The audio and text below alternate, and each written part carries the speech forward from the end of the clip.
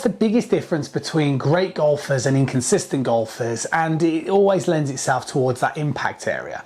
What we tend to see with great golfers is they have this ability to sort of stay down on the golf ball. And what we tend to see with amateur golfers is they have much more of a tendency to be standing up on the golf ball, causing inconsistency.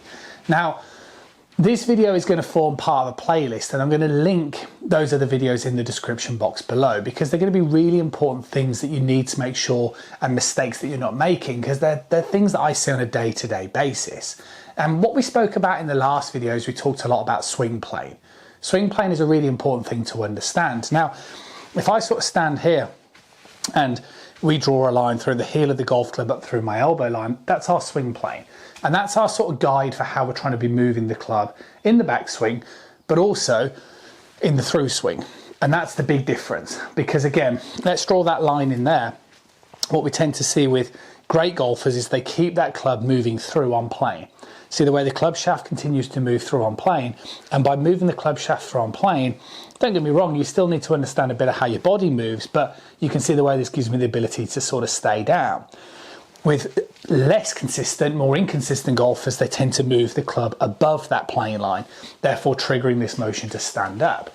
Now the problem is when you start guiding the club in this type of direction, you're going to have to do one of two things to rectify not hitting it in that direction, and that's going to come in the form of either trying to flip it, right, to square it off, and that will cause inconsistency with contact and a loss of distance, or excessive forearm rotation, which tend to see with better golfers, but again, it just becomes harder to control that flight. So what is the thing that I tend to see most amateur golfers are doing that's causing the inconsistency in the impact area? And it is definitely the start to the downswing position. So let's first of all reintroduce our plane line and talk about what we see with professional golfers or good golfers at the start of the downswing position. And what I'm going to do here, just to highlight this, is I'm just going to do it with just my trail hand.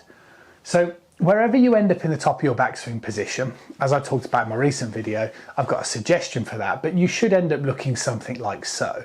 So the club shaft ideally would still be parallel towards your plane line.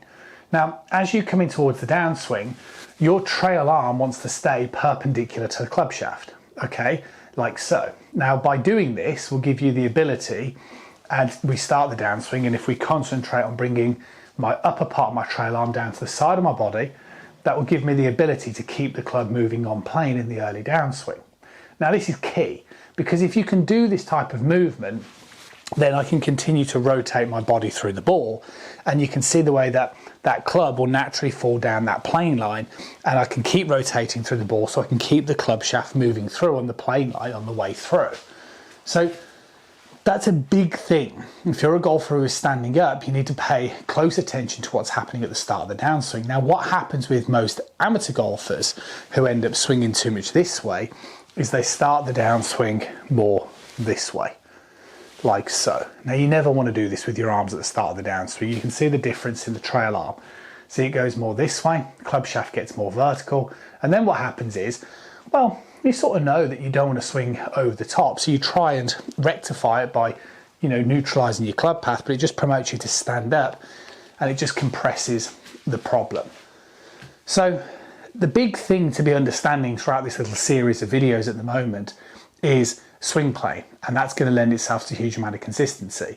And as we keep breaking it down, today's really important lesson that you have to take on board is, if you are a golfer who struggles with this position here, trying to stay down on the golf ball, I've got some other great videos coming up with relation to this as well, but you just can't afford to start your downswing like this. If you are sort of starting this with your arm movement, where this trail arm is popping up like so, you need to be concentrating more on what your trail arm is doing. I would say your trail arm is the arm or the move that's going to make a difference in the start of the downswing. And if you can start to do this, it's going to give you the capability to rotate through and keep that club moving on plane. So this video is a really key thing.